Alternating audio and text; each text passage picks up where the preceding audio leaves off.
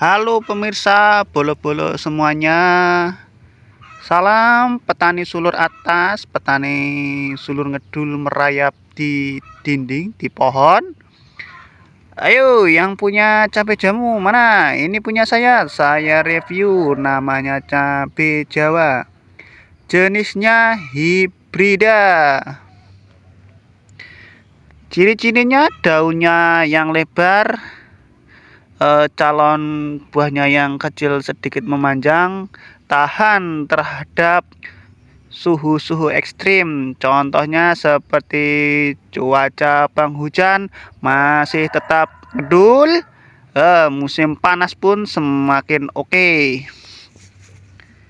Ini penampakannya mantap sekali, masih berusia PAUD kawan-kawan.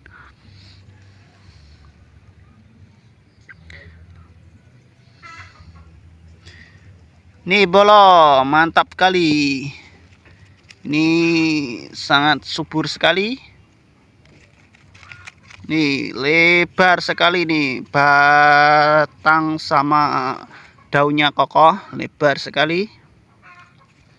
Hampir ukuran 4 jari saya nih teman-teman. Ini saya rambatkan di pohon kelor. Mantap kali, subur-subur.